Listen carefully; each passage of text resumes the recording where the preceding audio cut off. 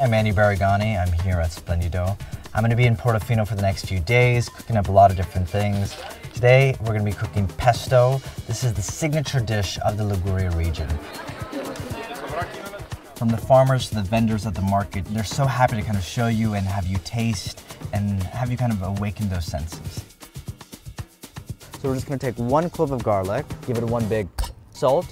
So we're just going to smash it to a paste because you want the flavor of the garlic, but you don't want to bite into the garlic. Pine nuts, they add a creaminess. It's so sweet, but also it's so fragrant.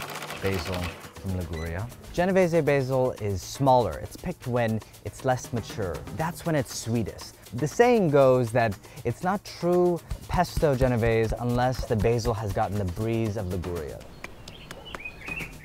Grana Padano, this is going to be the kind of foundational cheese. And then we're going to add the pecorino sardo. And this is a sheep's milk cheese, sharper, saltier. It's going to add another kind of salty finish to the pesto. The final element, a crucial one, is the extra virgin olive oil. But you need to use olive oil from the region. That's why we're using olive oil that's made from Tajasca olives. And because it's pesto, you're going to need a lot of olive oil. It's so sharp. That little bit of garlic, that 1 clove we added, you can taste it. 1 kilo Trofie. Grazie. We're just gonna boil this. It should have a bite, properly al dente. Right there.